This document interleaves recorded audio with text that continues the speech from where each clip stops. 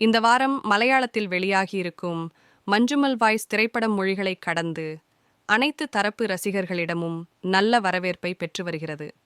இப்போது இந்த படத்தின் திரைக்கதை விமர்சனம் என்ன என்பதை பார்ப்போம். 2006 ஆண்டு நடப்பது போல் இந்த படத்தின் கதையை அமைத்துள்ளனர். கேரள மாநிலத்தில் எர்ணாகுளத்தில் இருக்கும் மஞ்சுமல் பகுதியைச் சேர்ந்த 11 நண்பர்கள் மஞ்சுவல் பாய்ஸ் என்ற கிளப்பை அமைத்து ஜாலியாக வாழ்கிறார்கள். இவர்கள் ஓணம் விடுமுறைக்கு கொடைக்கானலுக்கு விசிட் அடிக்கிறார்கள். அங்கே குணா குகையில் தடை செய்யப்பட்ட பகுதிக்குள் சுற்றி பார்க்க செல்லும்போது மாட்டிக்கொள்கிறார்கள்.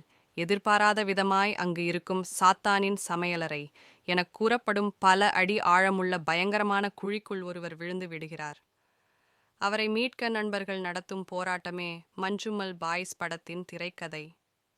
நகைச்சுவையை எப்படி அணுக வேண்டும் என்பதற்கு நேர் எதிர் உணர்வான அச்சத்தையும் உயிர் பிழைக்க வேண்டும் என்ற போராட்டத்தையும் எப்படி காட்சிப்படுத்த வேண்டும் என்பதை இந்த ஒரே படத்தில் கச்சிதமாக இயக்குனர் சிதம்பரம் காட்டிவிட்டார். இந்த படம் ஒரு உண்மை சம்பவத்தை தழுவி தரமான சர்வைவல் த்ரில்லராக படத்தை எடுத்துள்ளனர். என்னதான் இந்த படம் மலையாள படமாக இருந்தாலும் படத்தில் 60% தமிழில் தான் பேசுகின்றனர். இதனால் தமிழகத்தில் இந்த படத்திற்கு அமோக வரவேற்பு கிடைத்து கொண்டிருக்கிறது. அதோடு இந்த படம் பெருமளவில் சினிமாத்தனம் இல்லாமல் தரமான மேக்கிங்கில் சேட்டன்கள் வழக்கம்போல் மிரட்டியுள்ளனர். இதில் ஒரு டஜன் நடிகர்கள் நடித்திருந்தாலும் அனைவரது நடிப்பும் இயல்பாக 360 டிகிரி கேமராவில் படம் பிடிக்கப்பட்டது போன்ற உணர்வை வெளிப்படுத்தியதுதான் இந்த படத்தின் கூடுதல் சிறப்பு.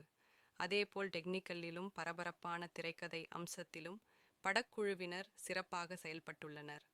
இந்த படத்திற்கு பெரும்பாலும் பாசிட்டிவ் விமர்சனங்களே குவிவதால் தமிழகத்திலும் மல்டிப்ளெக்ஸ் திரையரங்குகளில் சப் டைட்டிலுடன் மஞ்சுமல் பாய்ஸ் திரைப்படத்திற்கு அதிகம் ஸ்கிரீனிங் செய்யப்படுகிறது.